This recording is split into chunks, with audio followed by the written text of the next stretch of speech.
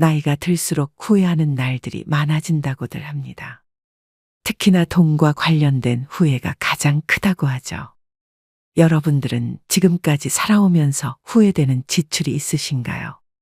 어느 한 보고서에 따르면 우리나라 노인 빈곤율은 40.4%로 OECD 38개 국가 중 압도적인 1위라고 합니다. 그만큼 나이가 들수록 돈 때문에 살아가기 힘들다는 것이죠. 현재 대다수의 시니어분들께서는 은퇴 이후에도 돈 문제로 인해 어려움을 겪고 있습니다. 노후 생활비로 250만 원 이상이 필요하다고 하는데 지금까지 모아둔 돈은 턱없이 부족하기 때문이죠. 돈과 관련된 후회가 많은 것도 이러한 이유 때문일지도 모르겠습니다. 나이가 들면 지출이 적어지니 돈을 모을 수 있을 거라 생각하는 분들이 많지만 현실은 그렇지 않으며 빠져나가는 돈이 많아지기도 합니다. 게다가 예기치 못한 병원비가 생기면 큰 지출이 발생하고 그때부터는 노후가 더 힘들어지는 것이죠. 그렇다면 우리는 지금부터 어떻게 해야 하는 것일까요? 사실 나이가 들 때까지 노후 준비를 잘하는 것이 가장 중요하겠지만 지금부터라도 나가는 돈을 줄이는 게 가장 현명한 방법 중 하나일 것입니다.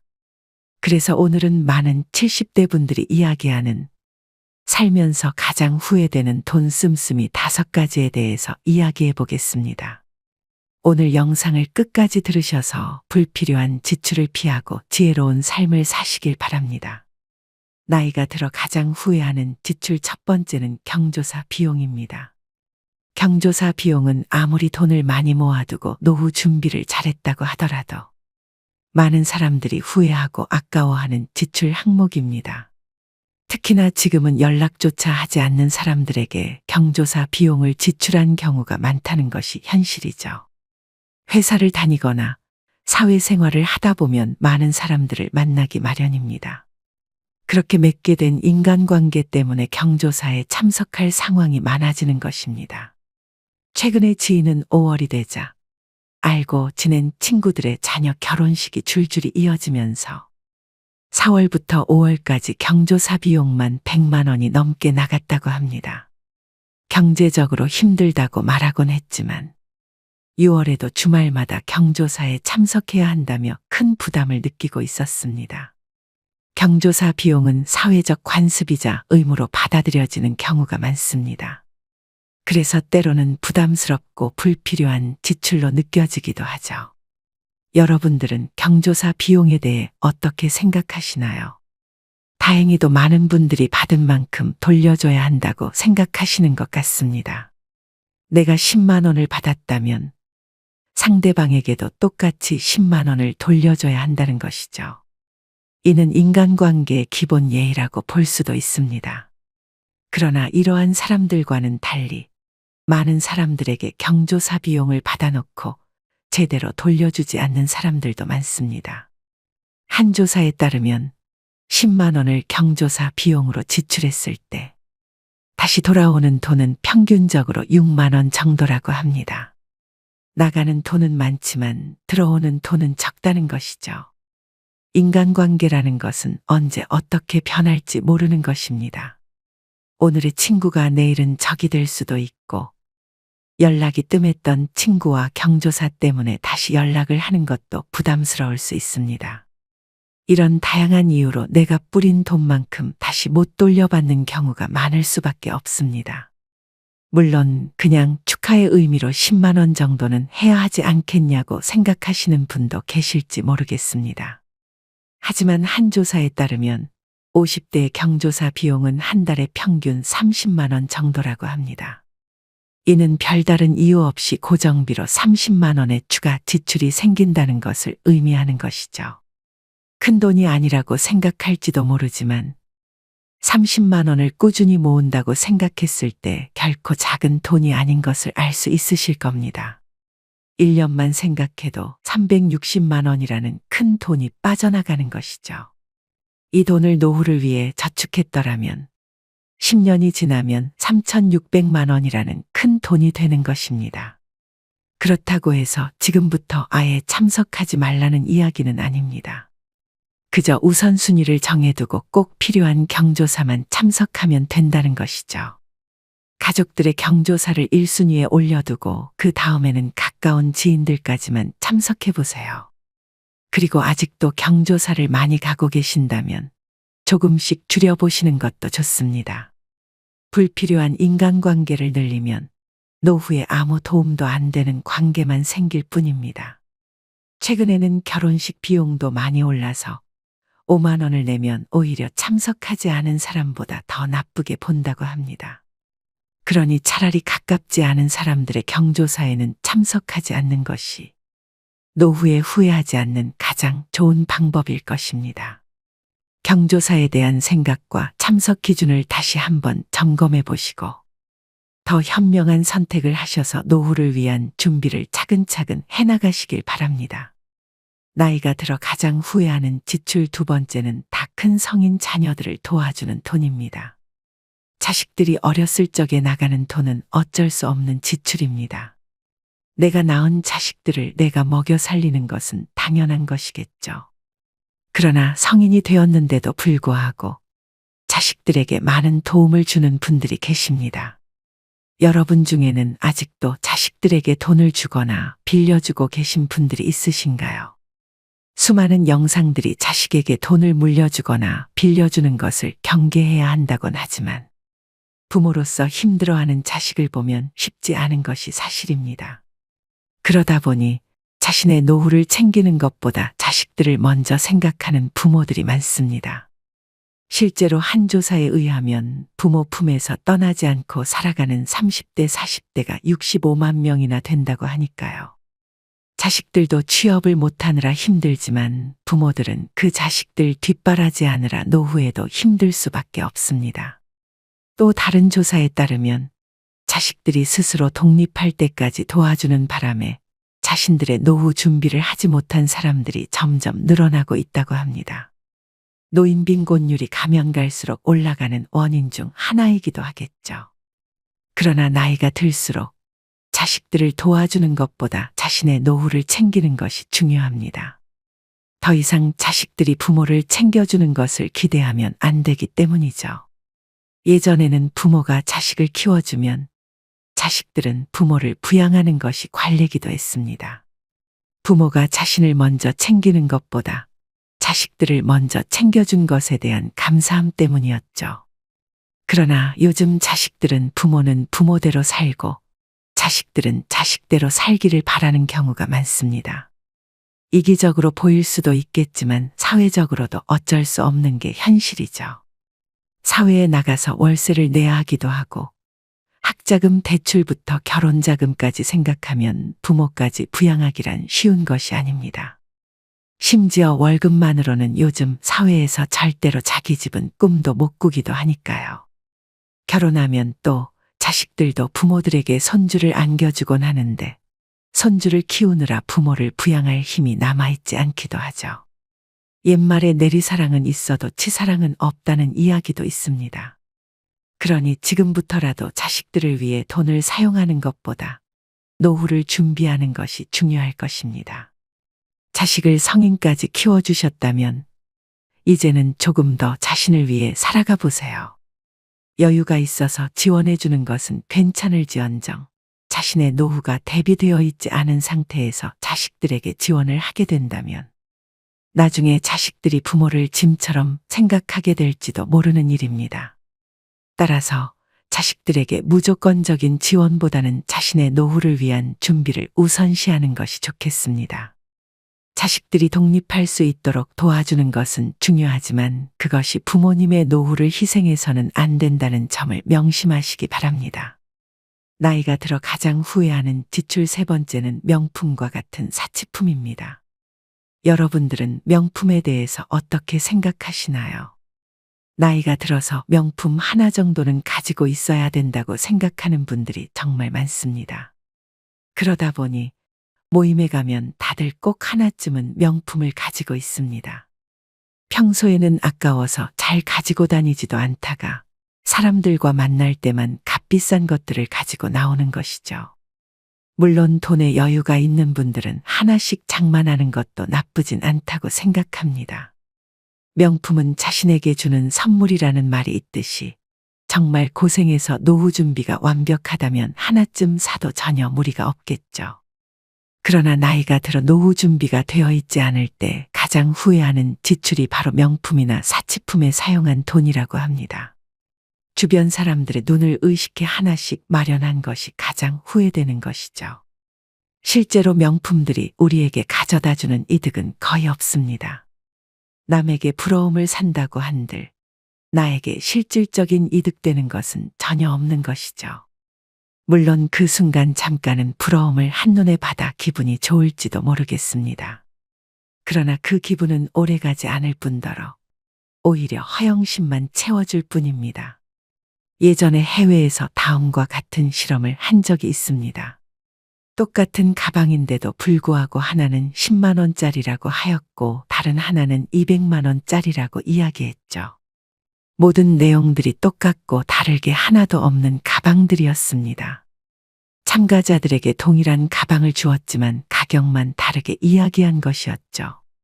그 결과 10만 원짜리 가방이라고 알고 있는 사람들은 편하게 가방을 사용하거나 원래 쓰던 가방을 그대로 사용했고 200만 원짜리 가방이라고 알고 있는 사람들은 고이 모셔두거나 다른 사람들에게 자랑하기 바빴다고 합니다. 여러분들은 이 결과를 보고 어떤 생각이 들으셨을지 모르겠습니다.